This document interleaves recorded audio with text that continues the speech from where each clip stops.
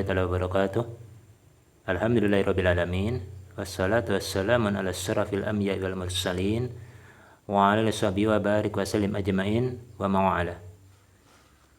Teman-teman, saudara-saudariku yang beriman dimanapun berada, kembali di kesempatan pada pagi hari ini, di hari Ahad ya, tanggal 15 Zulqa'dah tahun 1444 Hijrah.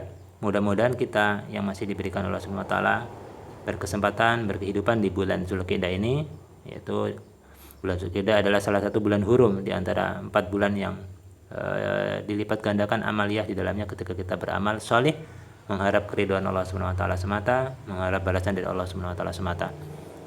Kelipatan amalan pahala yang dilakukan amaliyah di bulan Zulqa'dah ini sama seperti amaliyah yang dilakukan pada bulan-bulan hurum lainnya seperti Zulhijjah, Al-Muharram dan bulan Rajab Mudhar.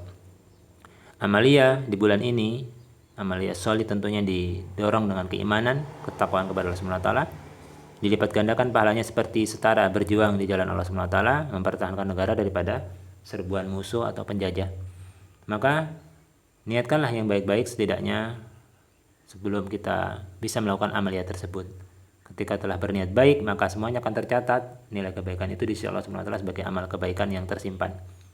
Maka tahan diri untuk tidak bertengkar, tidak berteriak-teriak, tidak berkelahi, apalagi sampai melakukan tindakan-tindakan kekerasan lainnya. Karena dosa melakukan amaliyah yang buruk di bulan ini, dosanya dilipat gandakan oleh Allah SWT lebih besar daripada di bulan-bulan berikutnya.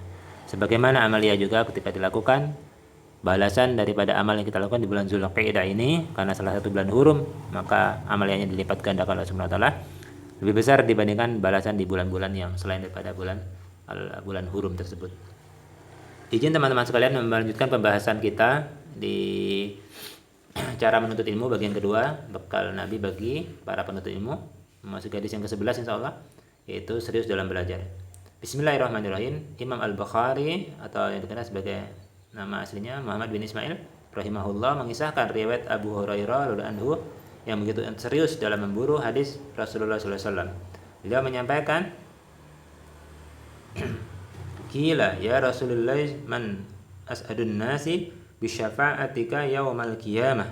Qala Rasulullah sallallahu alaihi wasallam, laqad zanantu ya Aba Hurairah alla yas'aluni an hadzal hadisi ahadun awwalu minka lima ra'aitu min hirsika alal hadis as'adun nasi bisyafa'ati yawmal qiyamati man qala la ilaha illallah khalisan min qalbihi aw nafsi. Rahul Bukhari. Artinya pernah ditanyakan kepada Rasulullah SAW bahwasanya Rasulullah SAW ditanya wahai Rasulullah SAW, siapakah yang beruntung mendapatkan syafaatmu di hari kiamat nanti? Rasulullah SAW menjawab, wahai Abu Hurairah, aku telah menduga bahwa tidak akan ada yang mendahuluimu untuk menanyakan perkara atau hal ini. Aku mengamati kesungguhanmu dalam mendapatkan hadis. Ini Abu Hurairah salah satu sahabat Nabi yang jenius ya. Masuk Islamnya 3 tahun sebelum Rasulullah wafat, tapi meriwayatkan hadis dari sisi hafalan paling banyak di antara sahabat yang lainnya, karena dia membuntuti kemanapun Nabi, dia selalu mengikuti seperti itu. Maka hadisnya sangat banyak sekali, ada disebutkan dia hafal hadis sampai 5.000 hadis lebih atau 7.000 hadis lebih seperti itu. Orang yang beruntung mendapatkan syafaatku, kata Rasulullah SAW, di hari kiamat nanti ialah siapapun yang mengucapkan la ilaha illallah ikhlas, ya kan, wa qalbihi wa nafsi, dari hatinya, dari kalbunya dan dari jiwanya. Hadis riwayat Imam Al-Bukhari. Validitas hadis ini hadisnya sahih diriwayatkan oleh Imam Al-Bukhari dalam kitab sahihnya pada pembahasan Kitabul Ilmi nomor 99. Dia juga mencantumkannya kembali di nomor hadis 6570.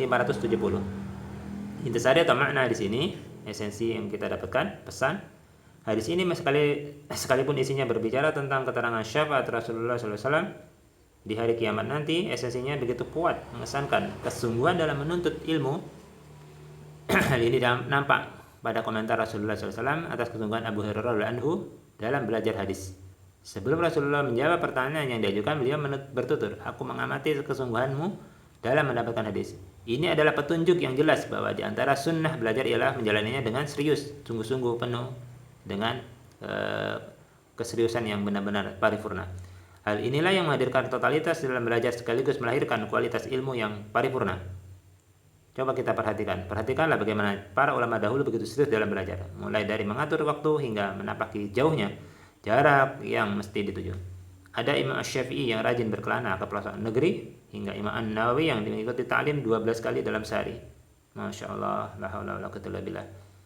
Kalau kita hanya mengandalkan ta'lim satu pekan sekali dan ingin menjadi orang yang mengungguli orang-orang yang telah lebih dahulu belajar daripada kita, itu sangat mustahil sekali.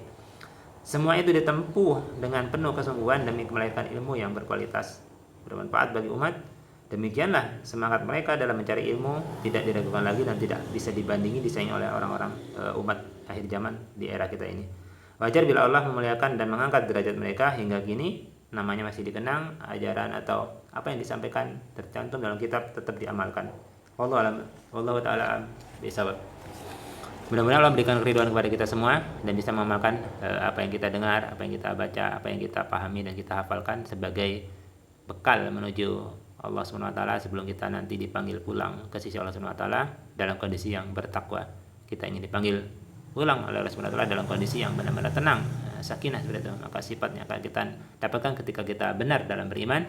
Kita pulang dalam kondisi dipanggil Allah SWT dalam surah Al-Fajr ayat ke surah yang ke 89 jika dikeluar ya, ayat ke-27. Ya ayatuhan nafsul mutmainnah, wahai jiwa-jiwa yang tenang. Itu kita disuruh oleh Allah SWT agar kembali dengan kondisi yang tenang, berpasrah diri tanpa ada kegelisahan. Itu saja yang bisa saya sampaikan pada kesempatan hari ini pada hadis yang ke-11. Mudah-mudahan Allah memberikan ridho, kemanfaatan atas ilmu-ilmu yang kita pelajari. Allahumma faqihna fid din, alimna an ta'wil. Rabbana atina fid dunya hasanah wa fil akhirati hasanah wa qina adzabannar. Subhanakallahumma wa bihamdika asyhadu an la ilaha illa anta astaghfiruka wa atubu ilaik. Walhamdulillahirabbil alamin. Assalamualaikum warahmatullahi taala wabarakatuh.